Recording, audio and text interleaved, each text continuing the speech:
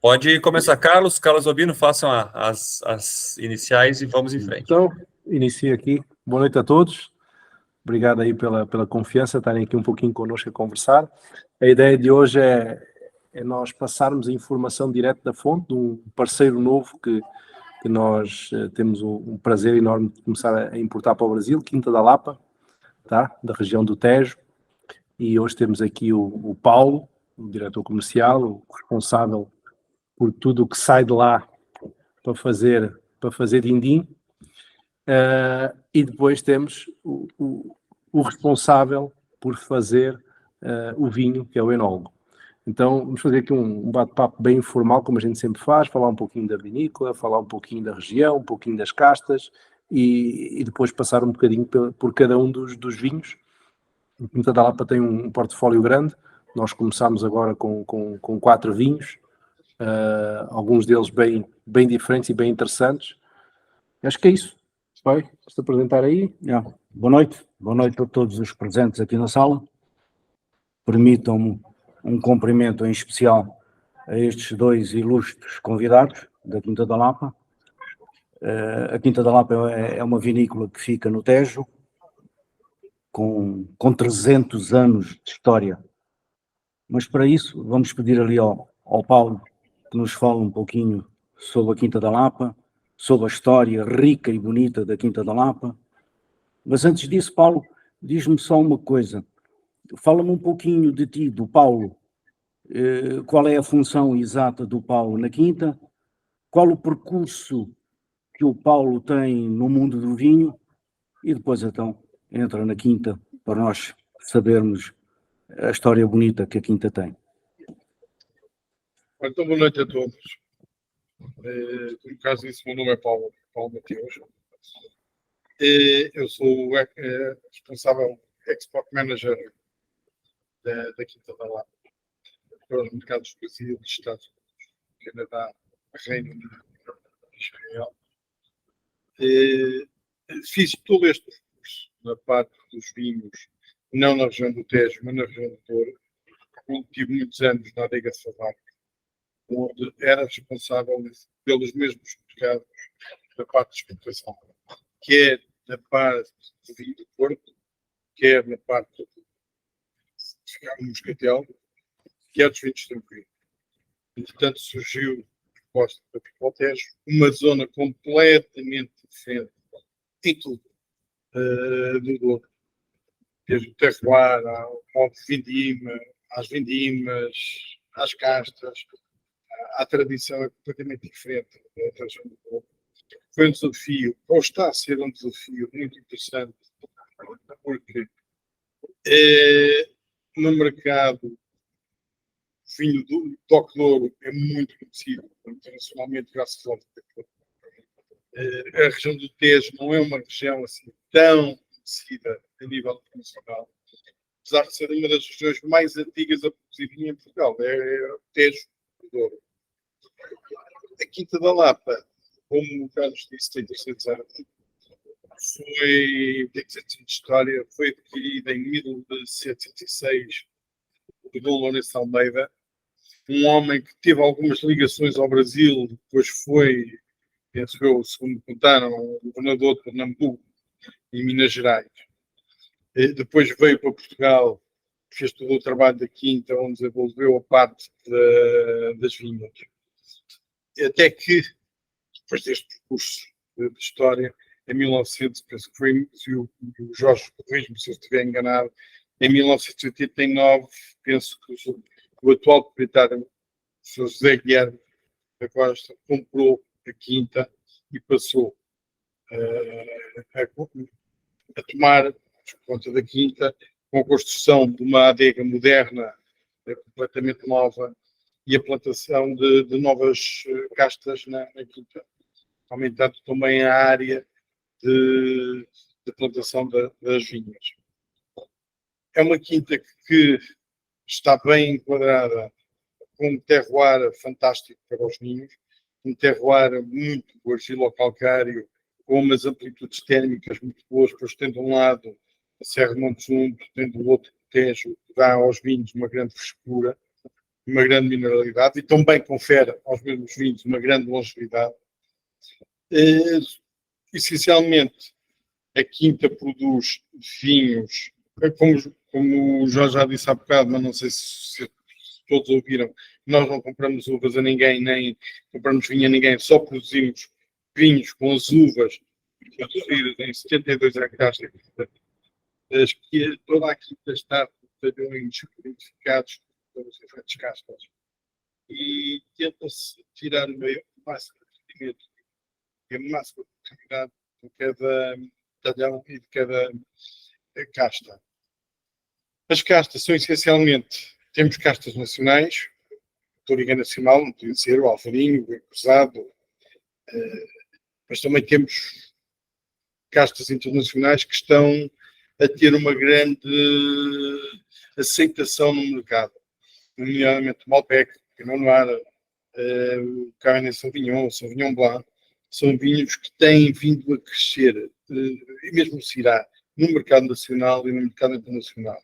No mercado nacional tem havido uma certa desconfiança, porque são castas que ainda não estão muito enraizadas na cultura do consumidor português, mas acho que lentamente e aos poucos está-se a conseguir mudar a mentalidade. Os vinhos são vinhos muito elegantes, muito macios, com muita mineralidade, mas acho que ninguém melhor do que o Jorge para explicar toda agora a questão das castas, das vinhas e a forma de vinificação que a Quinta tem. Paulo, deixa-me fazer uma pergunta. Lembro quando a gente passou aí, uma coisa também que a gente gostou bastante, tem um enoturismo muito bonito. A Quinta está toda preparada para o enoturismo. Está toda preparada com quartos, cada quarto tem o nome de uma casta, quartos com muita qualidade, um enoturismo muito, muito bonito. É um enoturismo de qualidade, é um enoturismo que eu acho que está muito bem conseguido, porque consegue conciliar muito bem o moderno com o antigo, com uma quinta com muito design, mas nunca fugindo à tradição. As pessoas, os convidados ou os hóspedes podem ficar com quartos com vista para a própria vinha. É agradável acordar de manhã, abrir o store e ver as vinhas, todas, no caso, eu gosto muito de ver no outono, com aquelas cores todas muito amareladas, muito vermelhas, muito mais do que agora, quando estão com as folhas verdes. É muito agradável e é uma forma de acordar diferente. Funciona o ano todo e está à disposição das pessoas, basta irem ao Booking e verem a Quinta e fazer as reservas. Serve, a Quinta também tem a possibilidade de fazer tastings, para quem quiser, e possibilidade de servir refeições. Portanto, está preparado, é um enoturismo completamente preparado, profissional. Maravilha. Jorge. Boa noite. Apresenta-te um bocadinho. Obrigado por esta oportunidade de apresentar os vinhos da Quinta da Lapa, que é sempre um prazer explicar um bocadinho aqui a história dos vinhos e das castas. Algumas mais... um pouquinho da região, castas, para a gente entender um pouquinho mais o que é o Tejo. É assim, o Tejo, nossa região, a gente está no Tejo, que é no bairro, que é com solos argilocalcários, e há duas castas fortes no Tejo, que é o Castelão e o Fernão Pires.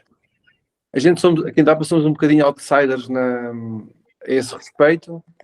Eu entrei em 2011 para a Quinta da Lapa, para trabalhar um pouco o campo, para dar ali mais ênfase na parte do campo e na produção das uvas. Somos dois enólogos, sou eu e o Jaime Candera. O Jaime Candera na altura tinha mais participação na adega e eu tinha sempre no campo. E nós em 2013 decidimos ampliar as vinhas. Passamos de 29 hectares para os 73 hectares que temos hoje.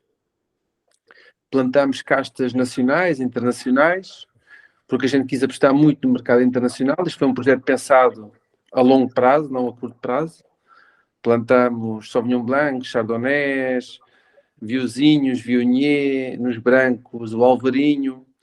Nos tintos plantamos Petit Verdot, Malbec, mais Syrah, Cabernet Sauvignon, para a parte internacional. Porque em Portugal fazia-se muitos vinhos, mas era com castas nacionais. E nós abrimos o leque. Temos hoje em dia 22 castas diferentes, conseguimos chegar a muito mais mercados, mas em termos de vinificação também ajuda bastante. Nós temos uma vindima muito longa. Para terem ideia, nós começamos este ano a dia 16 de agosto. Vamos terminar a vindima lá para finais de setembro, quer dizer que temos 6 semanas de vindima. Colhemos todo tipo de uva nas perfeitas condições de maturação. Primeiro o Alvarinho, Fernão Pires, Sauvignon Blanc e Chardonnay. Primeiro tinta é Pinot e Merlot.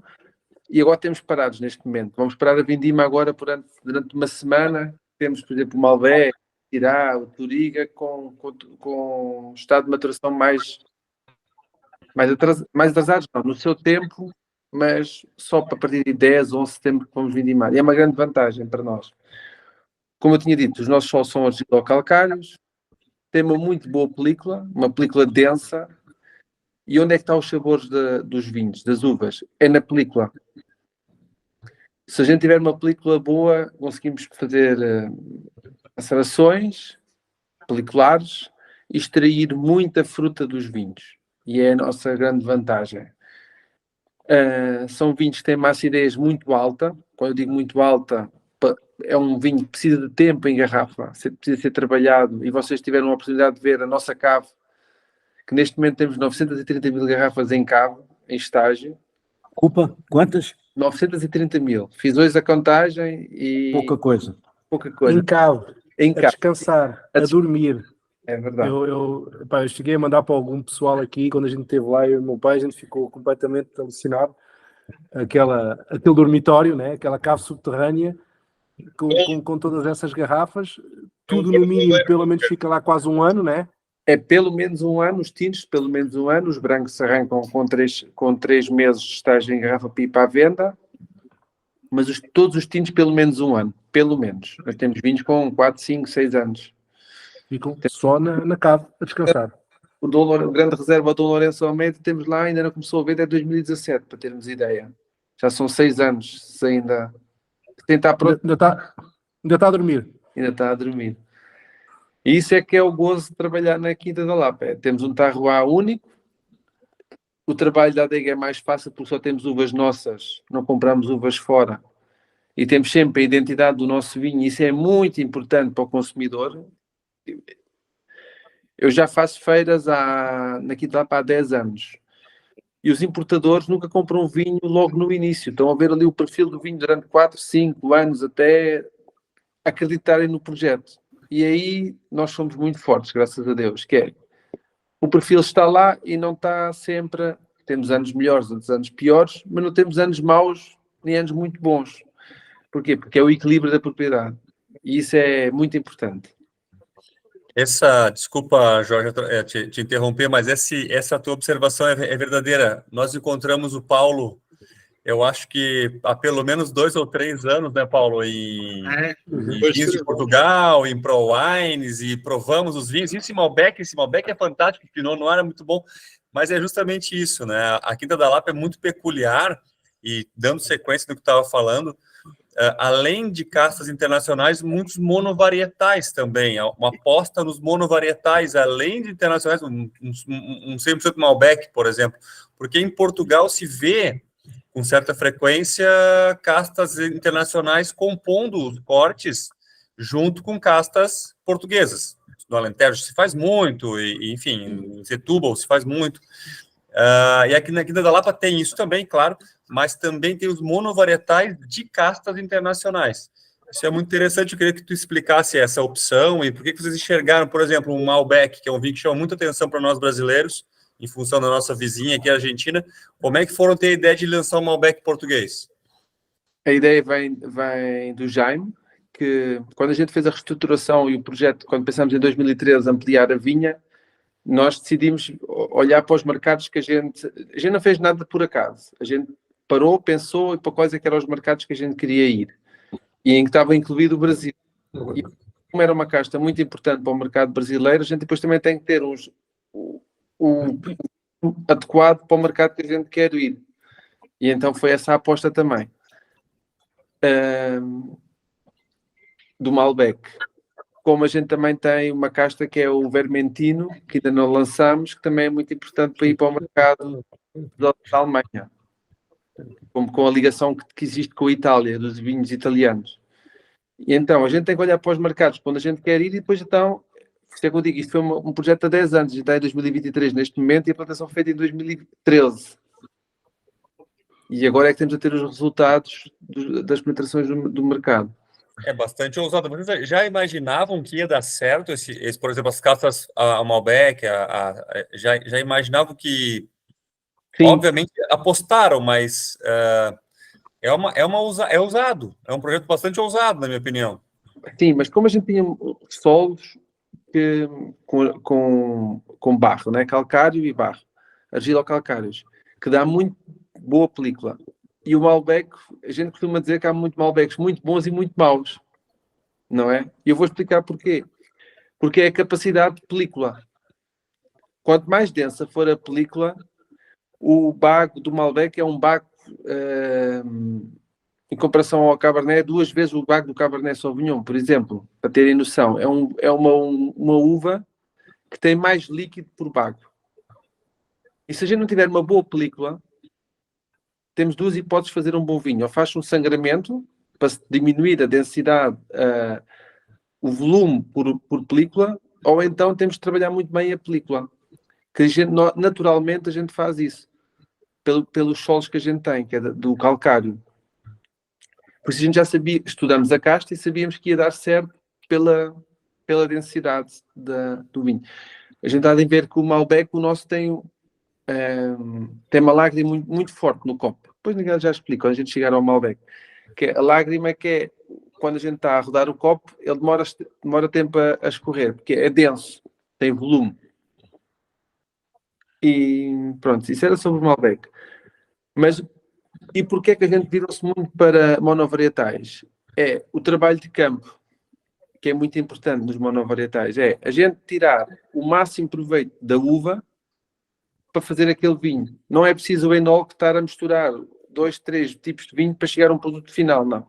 É trabalhar a uva na máxima qualidade. A gente olha muito para a qualidade, a gente não foge a nada no campo, a não ser olhar para a qualidade. Fazemos tudo o que é preciso para ter a qualidade da uva. Porque depois disso sai o produto. Aí é que a gente consegue fazer monovarietais. Se a gente não tiver uma boa uva, a gente já precisa de misturar vários tipos de vinho para chegar a um produto final. E aí está a ciência da Quinta da Lapa. Uma das características que eu notei, e que acho que é importante o pessoal também saber, da Quinta da Lapa, é que ela tem uma tendência a trabalhar vinhos mais com mais qualidade, vinhos mais reserva, portanto, vinhos que tem lá o Colheita, que é o que a gente depois fala um pouquinho dele, que ok, deve ser dos únicos que não passa em barrica, e depois sempre que se trabalha... Passa parte em passa barrica. Passa pouquinho, né? Mas não é aquele que fica lá os 10 não é aquele 100% de barrica, como normalmente os outros, e daí para a frente é tudo assim, é tudo barrica e um bom soninho nas caves. Então é assim, isto pode parecer um pequeno detalhe, mas isto já define logo à partida a qualidade da vinícola, porque ela não se propõe a trabalhar muito vinhos de entrada e intermediários, ela só se propõe a trabalhar alguns ali e a seguir tudo vinhos mais reserva e com mais qualidade. Então, não só as castas internacionais, que aqui no nosso mercado se chamam muita atenção, né? O nosso mercado brasileiro, ele consome muito vinho daqui da América Latina, né? E inevitavelmente o Malbec é um deles, o Merlot também, o Pinot também, o Syrah também. Então acaba sendo um chamariz para entrar no mercado e pelo menos para o mercado entender o vinho português de outra forma. Uma das características que eu notei muito importantes nos vinhos de Quinta da Lapa foi, e isto é uma segurança para quem anda no mercado internacional e para quem compra no mercado internacional, é não haver oscilações de qualidade do vinho. Mesmo de uns anos para os outros, pode haver uma ligeira diferença. Mas, no termo geral, ver um Alvarinho 2021 ou um Alvarinho 2022, as características estão lá. É praticamente o mesmo vinho. E isto é muito importante para quem compra, que está fora de Portugal, e para quem anda lá fora, ter um produto que sabe que não tem aquelas oscilações, porque não tocou com vinhos a outros, nem uvas a outras pessoas, que por vezes fazem com que os vinhos não tenham aquela qualidade constante. E isso é muito importante.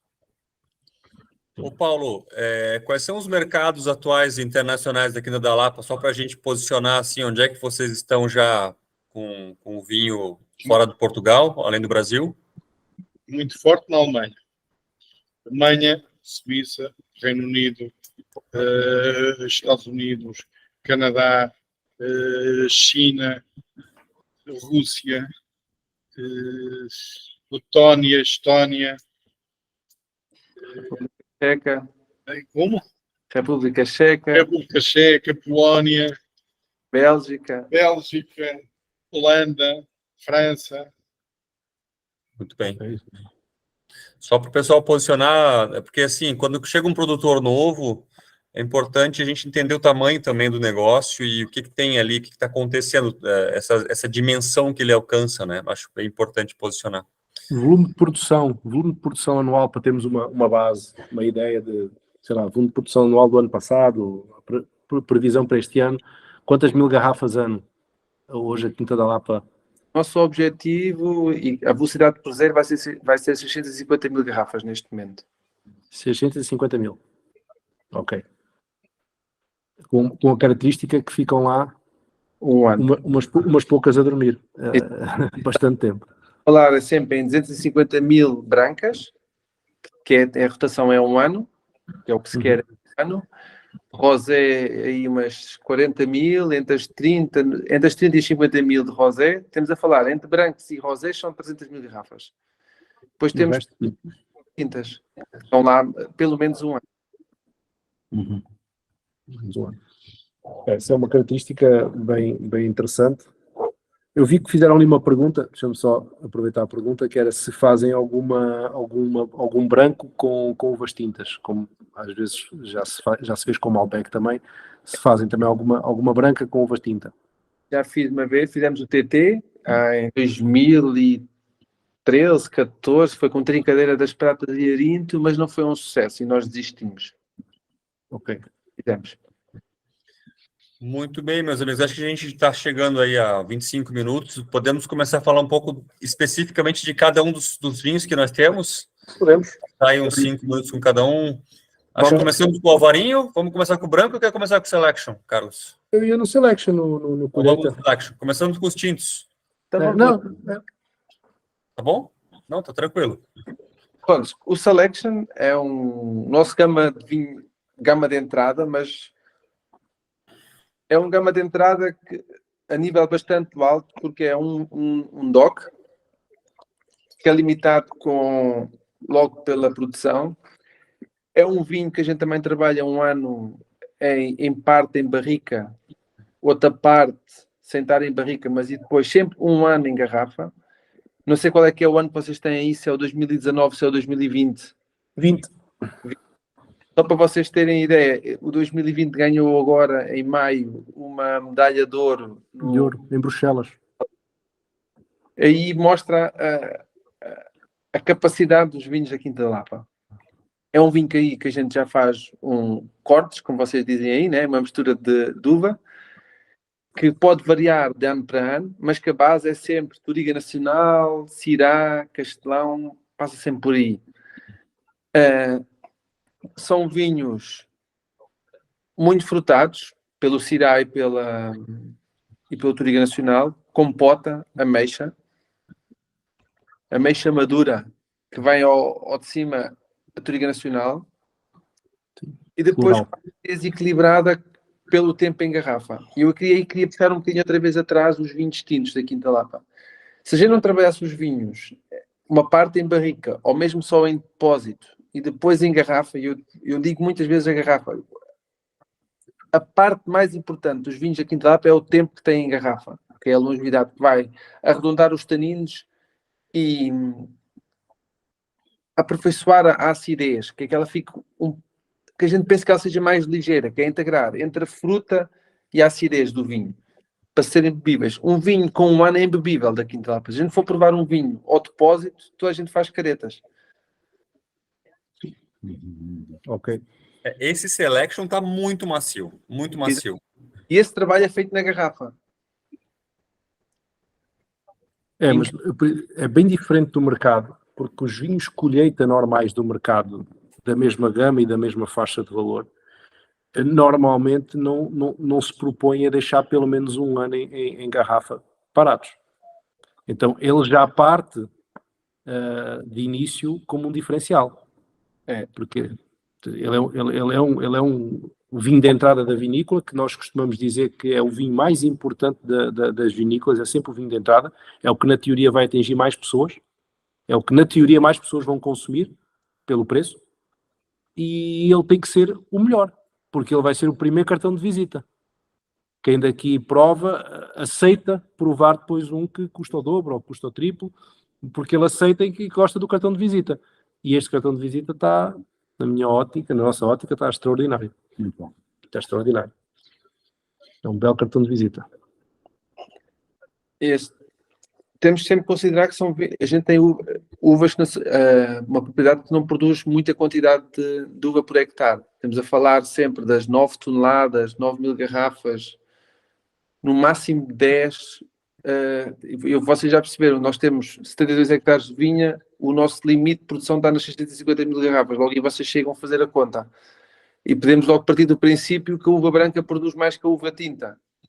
Quer dizer que a gente, enquanto que conseguimos ter 10.000 garrafas por hectare nas uvas brancas, nas uvas tintas conseguimos ter 8.300 garrafas por hectare. Logo aí vem também que nunca olhamos para a quantidade, mas sim para a qualidade. Esse Selection aí, qual é a tiragem anual dele, mais ou menos? 80.000 garrafas. 80? 80.000. Só para a gente ter uma ideia dos volumes, né? Então, é o vinho de maior produção da Quinta da Lapa ou não? Tem algum que vocês tenham produção maior?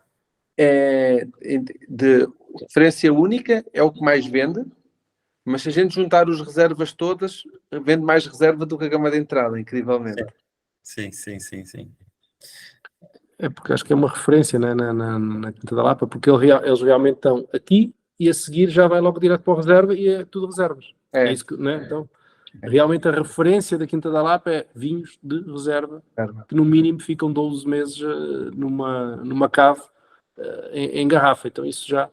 Carlos, o Selection leva o mesmo tratamento dos outros reservas, só não passa a totalidade pela barrica. Ok. Para terem a noção, o ano em garrafa obrigatoriamente também passa na cave. Sim. Só passa a metade do vinho em barrica e a outra metade não. Ou menos, porque é um vinho... O mercado hoje em dia está a solicitar vinhos com menos sabor a madeira. Se é que ele passa por menos tempo em madeira, é só por isso. Senão ele não vai mais tempo para a madeira, não é porque a gente não quer, é só mesmo que o mercado não aceita vinho muito emadeirado jovem. Porque só temos a madeira na boca e não temos a fruta. Essa é a razão. Sim. E o mercado brasileiro especificamente aceita muito bem e gosta muito de vinho frutado. De vinho com bastante fruta. Está habituado a isso, ao vinho aqui argentino, né? E não é à toa que aqui o vinho da região de baixo, de Alentejo e Setúbal, são normalmente vinhos com uma aceitação muito grande, por isso mesmo, pela fruta. E este aqui é exatamente no mesmo perfil. E também acaba por ser um vinho longevo para o padrão dele, né? O padrão dessa gama, nessa faixa de preço, esse aqui é um 2020, ele está excepcional, mas ainda tem bastante acidez, muita vida. A gente tem alguns vinhos nessa gama de entrada de algumas outras vinícolas que a gente já sente com 3 anos, uma vindima 2020, já um pouco de uma perda, ou seja, já teria passado do seu apogeu, do seu auge. Esse aqui não, a gente percebe que ele com 3 anos, na minha opinião, pelo menos eu não conhecia ele antes, mas pretendo continuar conhecendo ele pelos próximos anos, acho que ele está próximo do seu apogeu, assim, ou pelo menos ainda subindo, ele tem muita vida pela frente, na minha opinião. O que tu acha, Jorge? Ele vai subir. Eu garanto que este vinho temos 10 anos de longevidade deste vinho sem cair. Uhum. 2033 podemos estar aqui a beber este vinho ainda sem qualquer problema. Vou guardar umas 2 ou 3 da minha garrafeira aqui para daqui a alguns anos. Verdade. Então, olha, querem ir agora para o Syrah? Vamos. Eles têm o portfólio da Quinta da Lapa tem vários monocastas, vários mesmo.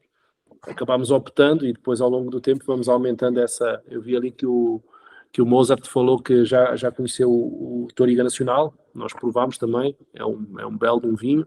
Acabámos trazendo por agora o Syrah e o Malbec. Então, Jorge, manda bala aí no Syrah. Vamos lá embora ao Syrah. O Syrah é o vinho mais fácil de fazer da vinícola. Vocês não podem não acreditar. É muito constante. É uma videira, um tipo de uva que necessita de poucos tratamentos. É as vinhas que eu menos vezes passo na vinha. É uma vinha muito saudável que produz um bago sempre muito constante anualmente. É o nosso vinho mais premiado. É o Syrah. Por essa razão. Porque o que faz o bom vinho é a boa uva. Esse é o ponto número 1. É a boa uva. É um vinho que atinge a maturação muito facilmente e este ano não é exemplo, mas a gente vai ter essa maturação deste vinho para ir para dia 10 de setembro. E quer dizer que é um vinho como o Merlot e como o Pinot que nunca apanha chuva antes da vindima. Nunca. E o maior inimigo da uva é a chuva. Então temos um bago mais pequeno do que o do Malbec, como há bocado estava a explicar, mais denso, e então temos mais cor.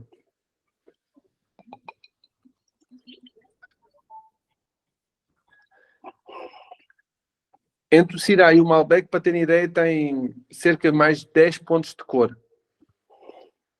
10 pontos, ok. Sem sangramento. Lágrima constante também, que depois como o Malbec também vou explicar. Persistente. Frutos vermelhos e chocolate.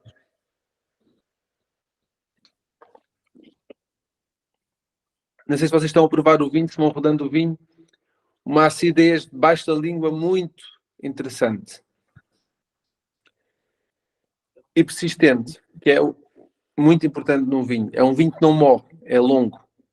Ainda agora estou a senti-lo na garganta, ele vai andando e vai descendo lentamente e não é desagradável. Porquê? Antes de a gente lançar um vinho para o mercado, ele precisa daquele tempo de garrafa. Este é um vinho que um ano a gente ainda não pode lançar para o mercado. Enquanto que o Malbec podemos lançar um pouco mais cedo e o Merlot, o Syrah já precisa cerca de 15 meses, 18 meses antes de ser lançado para o mercado. Porque tem uma acidez com uma grama de diferença, em vez de ter 6, tem cerca de 6.8, 6.9 de acidez total, é um vinho que necessita mais tempo em garrafa para amaciar essa acidez. E esse trabalho é muito importante numa vinícola, não lançar um vinho cedo demais. É preferível que ele acabe e depois lançá-lo para o mercado, quando ele está nas perfeitas condições, do que lançá-lo cedo demais para matar um vinho depois à entrada. E eu até gostava que um dia que vocês, quando vierem cá agora à Quinta Lapa, provassem um vinho em depósito, para vocês perceberem o que eu estou a dizer. Provar um vinho em depósito, provar o vinho engarrafado há 3, 4 meses e um vinho há 1 ano na garrafa. E garanto vocês, qualquer pessoa vai perceber a evolução do que é que a gente tem que trabalhar o vinho até chegar ao consumidor final. Porque o consumidor final quer um vinho que compre hoje para beber hoje. Sim. E aí Sim. está a essência do vinho, hoje em dia. E está muito bem trabalhado. E quando tu descreve a Malbec e a Syrah da Quinta da Lapa, a gente encontra exatamente isso no vinho. Esse Syrah, ele é mais encorpado, tem mais concentração, eu diria. Exatamente. Tanto em cor, como em volume de boca. E o Malbec, eu achei ele mais delicado. Oi? É um bago mais pequeno. Bago mais pequeno, ou seja, tem mais proporção de película em relação ao mosto. Exatamente. Ele tem 12 meses de barrica, né? 12 meses de barrica. Carvalho francês? e americano. É um misto. Misto. Ou seja, e este aqui dizes tu que tem mais de 12 meses Chega a ter 18, não é? de garrafa. Este é uma coisa de 2018, entre 2023 estamos a falar, é um vinho com 5 anos, já tem 2 anos de garrafa neste momento, 2023 a colheita, 2024, 2025, 2018 colheita, 2019 barrica, sai em 2020, tem 2 anos de... já tem mais de 2 anos. Ok. Ele está, nós tomamos ele recentemente, ele está extraordinário. São vinhos que merecem ser provados para que a gente entenda isso. Eu provei aqui em casa no final de semana, fiz um churrasco e abri o Malbec, claro, estava curioso. Os vinhos chegaram para o nosso depósito no início da semana passada e achei excepcional. E depois fui provar o Syrah em seguida. Acabou rápido a garrafa do Malbec, porque é um vinho muito chamativo, delicado, com aquela acidez que chama mais uma taça. E abri o Syrah em seguida. E me surpreendeu, porque quando a gente pensa as referências sul-americanas, por exemplo, os Malbecs que a gente tem aqui são mais carregados, são mais concentrados, tem mais extração, e os Syrahs nem sempre, às vezes se faz Syrahs mais delicados. Eu fiquei um pouco surpreso e adorei a diferença, porque achei o Syrah mais encorpado e o Malbec mais delicado. Isso foi uma surpresa que me agradou bastante, achei uma coisa que vai chamar mais atenção ainda, porque o Malbec com essa qualidade e um Syrah com esse peso, não é todo dia que a gente encontra no mercado, pelo menos por aqui, pensando no que o nosso consumidor vai estar acostumado, dos sul-americanos e etc. Então, olha, agora vamos no Malbec. No Malbec. Para vocês também perceberem o que eu faço cá na vinícola e os timings de engarrafamentos e colheita, né? Para terem ideia, nós estamos agora a fazer o vinho 2023. Em maio de 2024 vão os vinhos para a barrica. Entre abril e maio vão os vinhos para a barrica. São tirados entre abril e maio de 2025. São engarrafados. Só vão ser vendidos a partir de 2027. Para terem ideia. E esta é a mesma coisa do que acontece este. Quais é que são os vinhos que a gente consegue lançar mais cedo? É Merlots e Malbecs. Os tintos. Isso é importante saber porque, inevitavelmente, isso tem valor agregado. Né? Isso tem o seu valor agregado dessa paciência e dessa forma de fazer o vinho. Então, vamos lá no Malbec. O Malbec, para mim, já me surpreendeu logo pelo rótulo. É um rótulo muito bonito aqui com o Leonardo da Vinci. E com uma frase muito interessante, né? A descoberta de um bom vinho é infinitamente melhor para a humanidade do que a descoberta de uma nova estrela.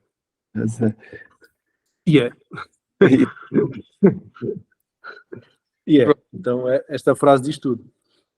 Falar aqui um pouco sobre o Malbec. O Malbec para mim foi uma novidade, porque foi o Jaime que escolheu e bem, ainda bem que ele insistiu nesta carta aqui para nós. Também é por isso que ele também cá está, né? Para a vivência dele internacional que ele tem. E a mim surpreendeu-me porque é um vinho que tem um bago maior, de termos de produção é interessante, produz sempre na casa das 10 mil garrafas por hectare, e para termos esta concentração a gente tem que fazer um bocadinho de sangramento.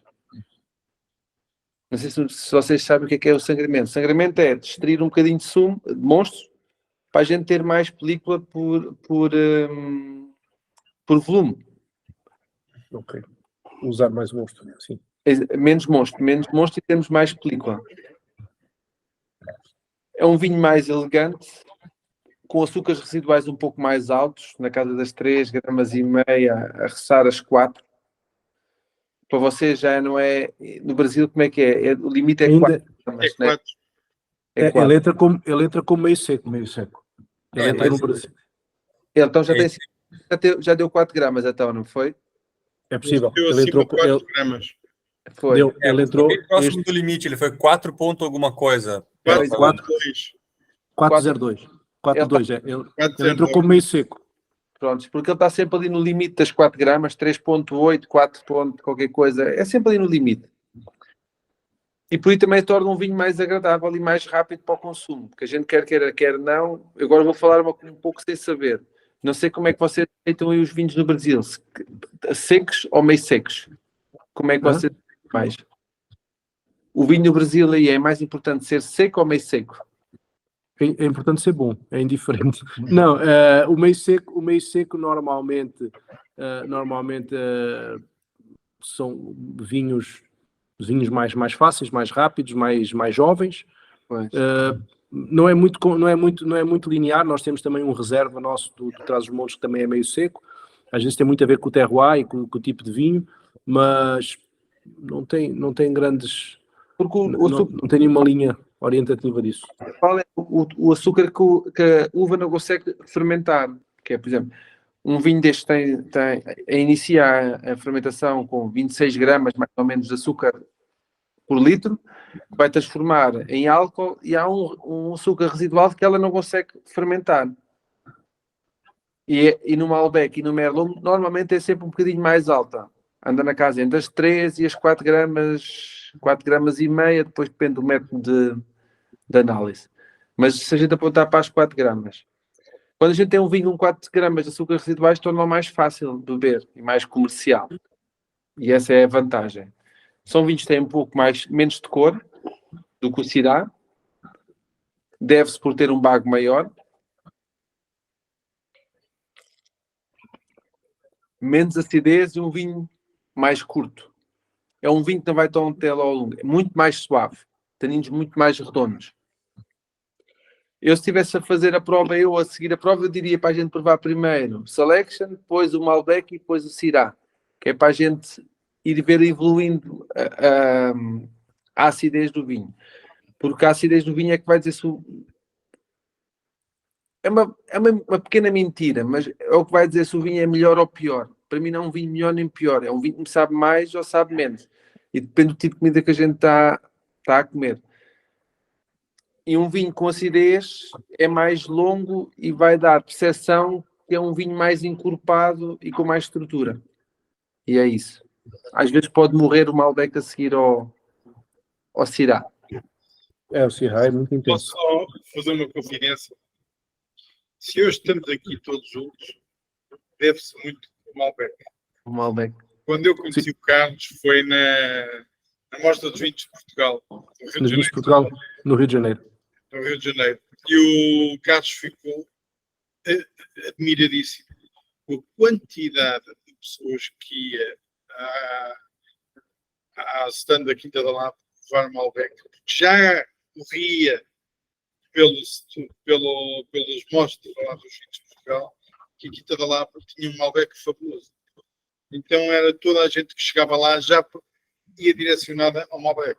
Eu quero provar o Malbec português, quero provar o Carlos Silveira, começámos a falar com quantidade de gente que procurava o Malbec e foi na altura que se começou este namoro e depois deu neste casamento. Foi, e depois foi no Vinhos de Portugal. O Carlos viu em logo o sucesso que o Malbec fez junto do consumidor brasileiro. A Mostra dos Vinhos de Portugal é muito para o consumidor brasileiro, não é para o distribuidor, é muito para o consumidor. Não, é consumidor final. Eu até teve essa sensibilidade de perceber o sucesso de fazer Malbec no Brasil. Eu até comentei isso já com o Gustavo e com o meu pai. Todos os outros nossos produtores é tudo uma prospecção muito do meu pai lá em Portugal, um gosto próprio nosso dos sócios, uma aposta numa vinícola diferente, mas é nós provarmos e acreditarmos e depois vemos o que é que vai dar aqui. E a Quinta da Lapa foi a única que foi ao contrário. Nós estávamos aqui, vimos o consumidor final passar do nosso lado, porque a Quinta da Lapa esteve ao nosso lado no Rio, em São Paulo, em Floripa e em Curitiba. Nos 4. Estava sempre do meu lado. Sempre do lado da empresa. Foi uma coincidência. Uma coincidência. Então, isso é mesmo assim. Tudo tem uma razão de ser no universo. E aí eu estava sempre do lado e a gente estava sempre a ouvir. Eu e o Gustavo e o meu pai. Mas o pessoal vai lá e o Malbec e o Syrah e gostam e o pessoal comenta. Então foi o único produtor que a gente, quando decidimos trazer, nós já sabíamos que o mercado brasileiro já tinha dado o ok, né? Independentemente da nossa prova, que também tínhamos gostado. Então foi o único, né? Então isso para nós é importante. É importante. Agora Foi muito importante. Muito importante. Agora é trabalhar. Agora é trabalhar, não tem milagre. Trabalhar. Agora é trabalhar. Agora é trabalhar. Epá, nós desta vez começámos ao contrário, não é? Começámos nos tintos. Começámos nos tintos e agora vamos ao Alvarinho. Eu, se pudesse dizer um dos que mais me surpreendeu, este Alvarinho, porque estamos habituados aqui aos Alvarinhos portanto, Alvarinho da região de vinho verde, né? Alvarinho, 100% Alvarinho de vinho verde. Tem alguns Alvarinhos brancos em Portugal e este é um Alvarinho de vinho maduro, como a gente diz em Portugal, vinho branco extraordinário. Uma salinidade incrível. E esta Manda história, bala, Jorge. esta história também é gira. Quando a gente decidiu plantar a vinha em 2013, fazer a grande ampliação das vinhas, nós fomos negociar as plantas a um viverista que também faz vinho, que é a Quinta do Plancel. E é um senhor que é alemão, que está fixado em Portugal, em Montemor. Vamos, depois da gente dizer que a gente ia plantar a vinha, mais 18 hectares de vinha, temos aquelas castas todas, e ele, ao almoço, serviu-nos um alvarinho, feito no Alentejo. E disse, vocês podiam fazer uma experiência na Quinta da Lapa, já que vão plantar tanta vinha, vai pôr lá meio hectare de alvarinho para ver como é que era o comportamento, que ele escreveu um livro sobre plantas muito importante, cá em Portugal. E a gente ficou sem jeito de dizer que não. Meio hectare também nem o como fazemos, a gente então planta 1 hectare. E plantamos 1 hectare, fizemos uma experiência, aquilo correu bem. Hoje temos 5 hectares e meio, para terem ideia. Lançamos o vinho, fizemos o vinho, aquilo foi um sucesso. O mercado estava à espera de um alvarinho como do Minho, mas não é, porque não tem a bolha, é maduro, tem a fruta, mas havia muito consumidor que gostava do vinho alvarinho, mas não podia beber porque era muito ácido e tinha gás e fazia-lhes mal. E a gente entrou completamente num mercado do alvarinho, mas completamente diferente, que é do vinho maduro, a fruta existente, a acidez lá, e eu digo que nos mercados nórdicos é o vinho mais vendido. Vai para o encontro dos alemães, dos belgas, porque eles têm lá o Riesling, que é um vinho frutado e com uma acidez muito persistente. E é isto, é o nosso alvarinho. Esse alvarinho é muito equilibrado. Ele tem um controle que às vezes alguns alvarinhos do norte, né, da região dos vinhos verdes, às vezes a acidez incomoda. É muito forte. Por isso que muitas vezes o vinho verde tem um açúcarzinho residual, né? Porque a acidez lá é muito exagerada muitas vezes. E aqui, esse alvarinho, o controle da acidez equilibrado com a fruta e o corpo do vinho é excepcional, meus amigos. É realmente fora de série esse alvarinho. Agora, outra confidência. Mais uma vez, na mostra de Portugal, no Rio de Janeiro, estava o Anselmo Mendes, o pai do alvarinho em Portugal. Sim. E estava a ouvir falar sobre o alvarinho do Tejo, e eu conheço o Anselmo Mendes, ele disse que num jantar onde eu estava, amanhã vou lá provar o alvarinho. Quero provar o alvarinho. Chegou lá com o filho. Ele prova o alvarinho e só disse isto. Diz ao Jaime e ao Jorge que não mexam no alvarinho, que está perfeito. E eu disse, isto vindo de si, já diz tudo sobre o vinho. Está feito. Paulo, Davi.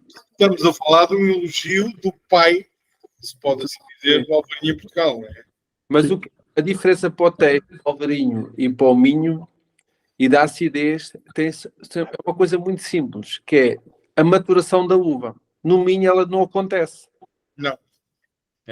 E aqui acontece. A gente vindima, para ter ideia, eu vindimei o alvarinho dia 16 de agosto. Porque já estava madura. E se ela estiver madura, no Minho vão vindimar em setembro, tem que vindimar em final de outubro vem a chuva, eles têm que vindimar, têm a acidez que tiver, eles não apanham uva madura. Sim, se não a chuva.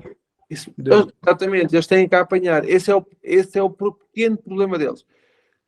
Qual é que é a grande vantagem? A gente diz que o aquecimento global é um problema, né?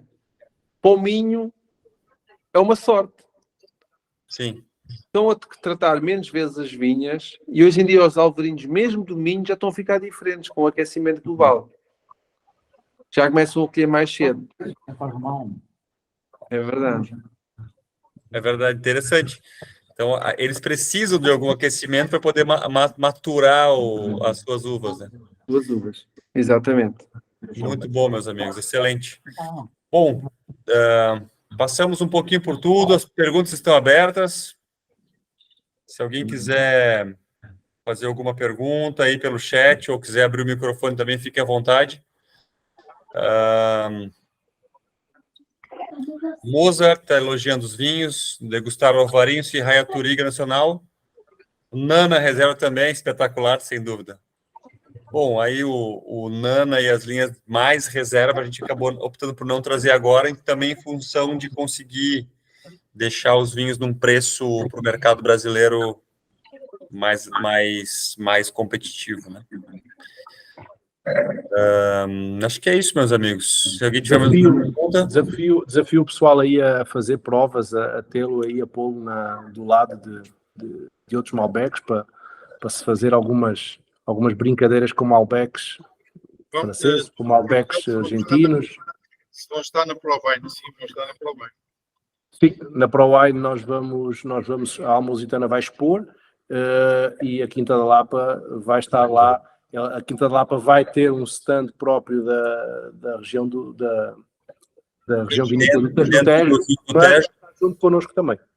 Então vamos ter eles meio híbridos, o Paulo ali a correr para trás e para a frente. Esse ano o Paulo vai correr na ProWine um pouquinho mais. Este ano vai. Não vai ficar parado no stand, não. Nós vamos carregar para lá.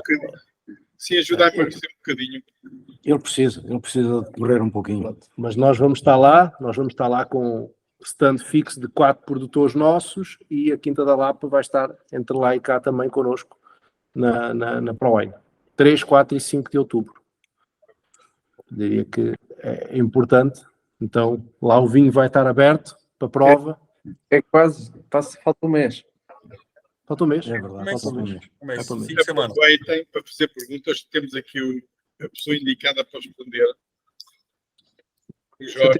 Cima pronto ainda ia. Tem que ver. Tem mais algumas dúvidas aí? Tem dúvidas, perguntas? Muito bem, meus amigos. Vamos encerrar então. Foi muito boa a nossa conversa. Lá em Portugal já é quase 1h da manhã. O pessoal está cansado e amanhã tem trabalho, com certeza. Esta altura de vindimas lá em Portugal, pronto, ele diz que vai parar uma semana, né? Diz o Jorge, mas... Então amanhã ele vai dormir até meio-dia. Amanhã ainda vamos apanhar o Cabernet Sauvignon amanhã. E depois vai parar. Mas... Temos que ver qual é que é o vinho que harmoniza bem com o leitão da Bairrada. É o espumante. Olha, vi uma garrafinha hoje ao jantar de espumante. Olha, eu acho que esse Malbec também vai entrar bem no leitão abairrado aí, Antônio Mestre, nosso chefe. Vamos embora, vamos experimentar. É um Malbec delicado, vai cair muito bem com o leitãozinho ali. Tem acidez. Só experimentar. Vamos fazer. Só experimentando. O leitão já tenho aqui em casa. Muito bem, meus amigos. Só experimentando. Bem, eu vou estar em outubro. Se quiserem experimentar, o leitão estou sempre pronto. Opa, então vamos combinar. Uma boa. Estás a ver? Gente, é isso. Vamos deixar o pessoal em Portugal descansar, e agora é começar a pôr estes vinhos a rodar. São os primeiros 4, depois tem mais brincadeiras para virem por aí ao longo do tempo. Eles têm lá encruzados, chardonnays, pinots, um montão de coisas diferentes para a gente trazer aqui para o mercado. Tem um clarete, né? Tem um clarete interessante também. Tem o vinho laranja, né? Tem vinho laranja, tem muita coisa. Realmente aqui ainda lá produtor com muita coisa. Eu lembro que eu provei um vinho laranja em Ribeirão Preto, que o Paulo me deu lá com a... esqueci o nome da senhora lá. a que gera hoje a quinta, e eu adorei um vinho laranja. Então, tem muita coisa diferente lá. E agora o Jorge poderá explicar melhor, mas temos um novo vinho que é o Leve Lapa, um vinho branco com 11 graus. O Jorge, se calhar, explica melhor, com um bocadinho de gás. Com baixo de um bar, com Screw Cup. Fizemos uma brincadeira para experimentar o mercado, que é um vinho branco leve, com menos de um bar. Como é que chama aquele vinho? É um vinho ligeiro, não é? Não, Um vinho ligeiro. nós temos o... O nosso é o Leve Lapa. Leve lá. O nome disto Com tudo, Leve Lapa. Com Screw Screw Cup. Cap. Pá, as castas, a base é Arinti Ferdão Pir, uma selection. O Net. Petnet. Não Não tem nada a ver com vinhos, Petnet. Não. Pá, Não, isso é não, um... Também fizemos lá uns ensaios com os petnets, mas tem que se melhorar. Uhum. Não, mas esses vinhos ligeiros funcionam bastante. Nós temos aqui de um produtor e é o Brasil. O Brasil aceita bastante, até pelo calor. Vinhos mais leves. E Qual é o conceito deste Petnet? o vinho petnet é um conceito de vinho natural, que é...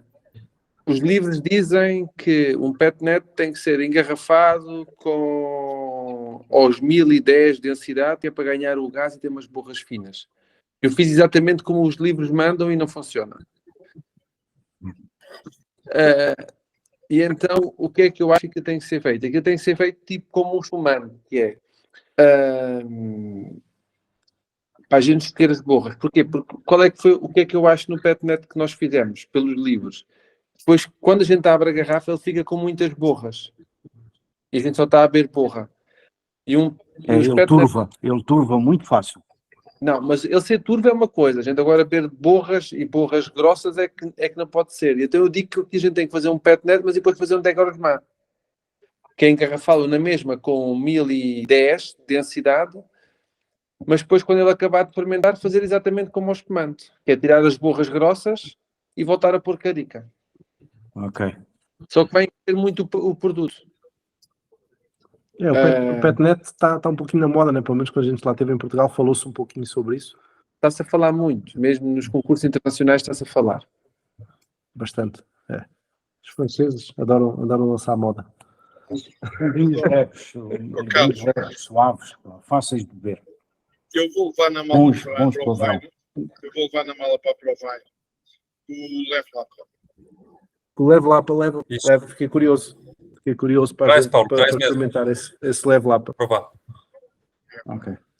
É um vinho que já tem já deve ter para aí umas 8 gramas de açúcar residual. Ok. É um vinho mais um Vai. bocadinho de gás. É um vinho comercial, é um vinho mais fácil. É um vinho de verão. É um vinho parecido com um vinho verde de entrada. Sim, que eles também têm bolha fina com 10 gramas. Um vinho verde que também tem ali 11% de álcool e tal, tem um pouquinho de gás. Então, E a gente apostou no Screw Cup por causa da abertura fácil para ver se a gente consegue ter mais mercado. Maravilha, gostei. É interessante Screw Cap na beira da praia, em beira de piscina, em barco, para quem tem no Brasil tem muito mercado náutico muito forte, isso é bom, é muito bom. Gostei. Quero experimentar na ProWine. O Paulo leva na mão. Eu levo. Tá bom. O Paulo leva lá no pote. Maravilha, pessoal. Olha, Foi um gosto. foi um prazer enorme. Obrigado por esta Obrigado. Obrigado a vocês pelo vosso tempo aí, pela vossa disponibilidade, pelo horário avançado. Não tem E problema. agora é isso. Agora... Obrigado, Paulo. Obrigado, Jorge. Obrigado. Obrigado A vocês. Até breve. Obrigado. E até breve. Obrigado por confiarem também na gente, por ser importador da Quinta da Lapa no Brasil. Estamos muito felizes e satisfeitos com essa honra. Obrigado. Obrigado. Vamos trabalhar. Um abraço. Agora. Boa noite, meus amigos. Boa noite. Boa noite, obrigado pelo convite. Boa noite a todos. Boa noite. Boa noite a todos. Boa noite, tchau. Boa noite, pessoal. Boa noite. Boa noite a todos. À noite. Tchau, tchau.